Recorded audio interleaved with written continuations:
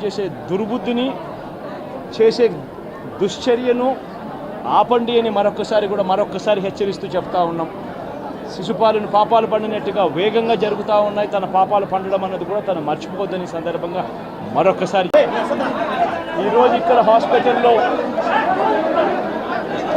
ఒక యంగ్స్టర్ బహుశా 20-25 ఏళ్ళు ఉంటాయేమో తన పిల్లాడికి. ఆ 20 ఏళ్ళ పిల్లాడిని ఎందుకు నిర్దాక్షిణ్యంగా కొట్టారో కూడా తెలియదు. కేవలం ఎన్నికల్లో వైఎస్ఆర్ కాంగ్రెస్ పార్టీకి తరఫున తాను ఓటు వేశాడని, వైఎస్ఆర్ కాంగ్రెస్ పార్టీకి సంబంధించిన కుటుంబానికి చెందిన వ్యక్తిని అతి దారుణంగా కావాలని అదే పనిగా వేంపల్లెకు ఒక వెహికల్లో వచ్చి దారిలో పోతా ఉన్న పిల్లోడిని బైక్ ఆపి నిర్దాక్షిణ్యంగా కొట్టి హాస్పిటల్ పాలు చేస్తూ ఉంటే ఏం సాధిస్తూ ఉన్నారు? ఇంతవరకు పులివెందుల్లో ఎప్పుడు ఇలాంటి సాంప్రదాయం లేదు. ఎన్నో ఎన్నికలు జరుగుతాయి, ఎన్నో ఎన్నికల్లో చూశారు. ఎప్పుడు పులివెందుల్లో ఇలాంటి సాంప్రదాయం లేదు. ఎన్నికలు అయిపోయిన తర్వాత ఓటు వేయని వారిని కొట్టే కార్యక్రమం ఎప్పుడు జరగల. రాష్ట్ర వ్యాప్తంగా కూడా ఒక భయాందోళన వాతావరణం క్రియేట్ చేయడం కోసం అని రాష్ట్ర వ్యాప్తంగా ఇదే చేయిస్తూ ఉన్నారు దగ్గరుండి. ఏం సాధిస్తారు దీనివల్ల? మీరు వేసే ఈ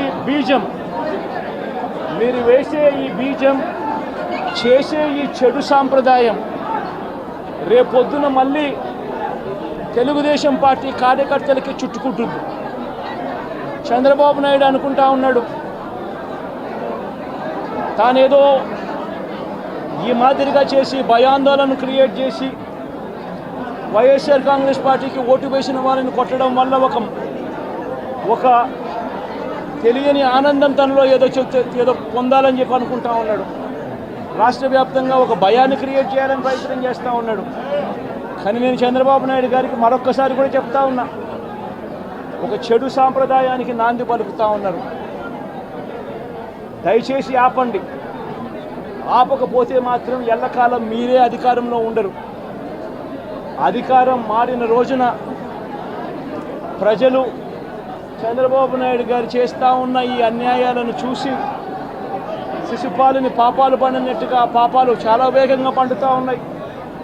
అధికారం మారిన రోజున తాను చేస్తూ ఉన్న ఈ చెడు సాంప్రదాయం తనకే చుట్టుకుంటుంది.